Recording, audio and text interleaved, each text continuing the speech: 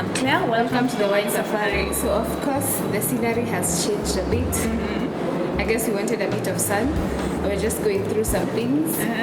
But hopefully we are clear enough to portray the message that we have today. And of course, as the title stipulates, we're talking about sweet wines. Yeah. So if you're a sweet wine lover, or basically trying to understand what this whole sweetness business is in wine, then this is the video you should be watching. True.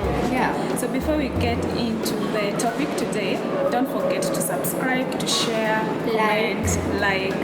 Yes. Please. Now let us talk about sweetness. So to describe wine, we use two terms, which is usually dry and sweet. Yeah. And these two terms, they usually look self-explanatory, but they do confuse so many people. And when it comes to sweetness, sweetness is described in terms of residue sugar, because naturally all grapes do have sugar because it's a fruit. Residue sugar is measured in grams per liter. So out here we have many styles of sweet wines, or basically many wines labeled sweet. Yeah. So, and we want you to capture what is real sweetness in wine. Yeah. Because there's real sweetness, and then there's I don't want to call it fake, but Not legit sweetness. right. And we want to approach real sweetness today. Yeah. So there are 4 ways in which wines can be made sweet. And we can get straight into it. We will start with the late harvest, as the word suggests, that they harvest later in the season, so that they make sure that the wines have been concentrated and water has evaporated. So Here the concept is sugar concentration. Yes. That's right. Yes. And a good example is a Riesling. it's a Moscato. Oh yeah, Riesling. So this is, they actually label it here, late harvest select. Yeah. So grapes were harvested late on in the harvesting season. To end up it's a really delicious, interesting style of sweetness. So if you're a sweet tooth, if you love sweet wines, you should be going for a late harvest Riesling or any other bottle that's labeled the same way. That is a real good sweet wine. Yeah. So the other thing about sweet wines you should note is that sweet wines are very low in alcohol. Right. So they're high in sugar, low in alcohol. So Right. that one was it's around 11%. Alcohol volume, essentially because during fermentation is stopped early to allow sugar to retain. That is why we have the residual sugar concept. Yeah. So low alcohol and optimum sugar levels. So you have a nice balanced sweet wine. Another style is the normal way of making sweet wines is when they harvest the grapes, and a good grape that is known all over the world is a Moscato, and we have it here. So this grape is renowned for its ability to make really delicious sweet wines. So if you want to taste real sweetness, like grape juice sweetness, it's a really good example for that. So they harvest the grapes, and in the winery they stop, as we have said, they stop fermentation early on to ensure that they retain sugar and also that the wine has low alcohol, so that it's a good balance of sweetness and alcohol. So if you're looking for low alcohol level, then in most cases that would be a sweet wine. The other wine is usually the passito, wines that are made through the passito method. The passito is an Italian word that means raisins.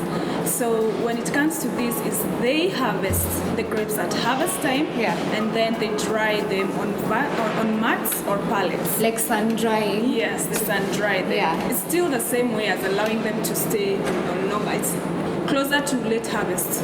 But these ones, they take them to make wine when they are like dry. Yes, and the good thing with this one is that they are able to check on them, because when they are on the vines, they have so many risks going on there, like weather, the unfriendly rot, all that. But with your supervision, you're able to make sure that they dry evenly, to that like sugar concentration. Sure. So if if you find, like, if you're the kind of person who likes raisins in their desserts, that's how raisins come about, and they're also used to make wine. Yeah. Another interesting style is freezing of grapes.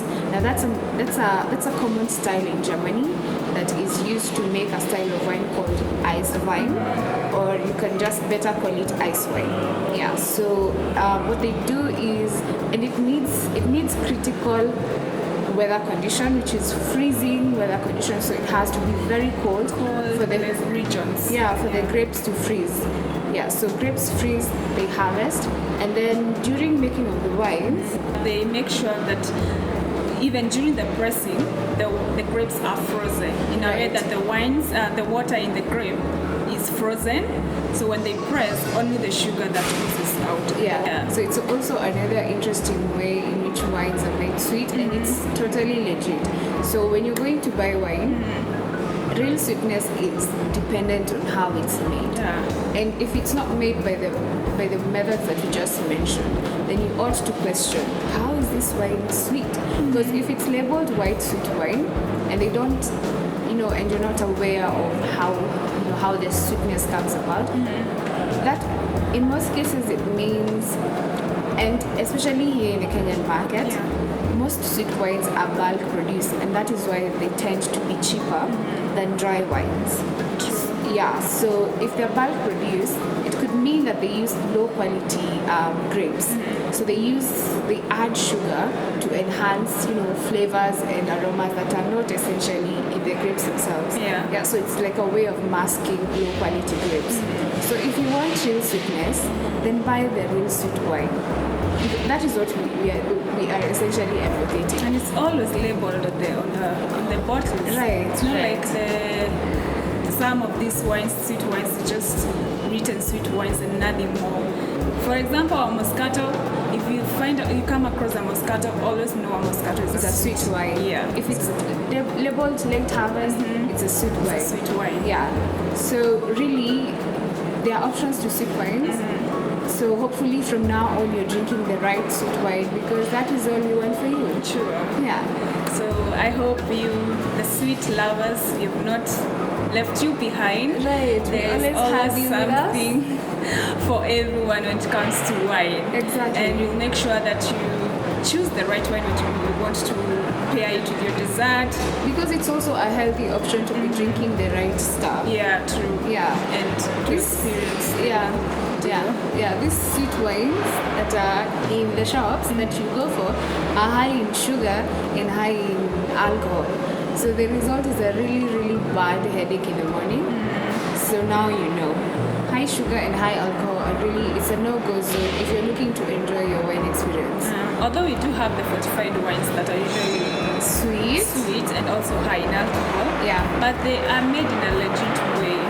Yeah. And it's usually recommended that you take them in very minimal amounts. Kidogo, and there are glasses that are used to serve sweet wines. And fortified wines are actually served a bit cooler, so that the sugar levels don't overwhelm. So we hope you enjoyed watching that very sweet and hopefully short story about sweet wines, and that from now on you make the right sweet decisions. Sure. Yeah. Yes. And we hope to see you on Monday. And don't forget to take care of your sweet wines. Always take care of your wine. Bye. Bye.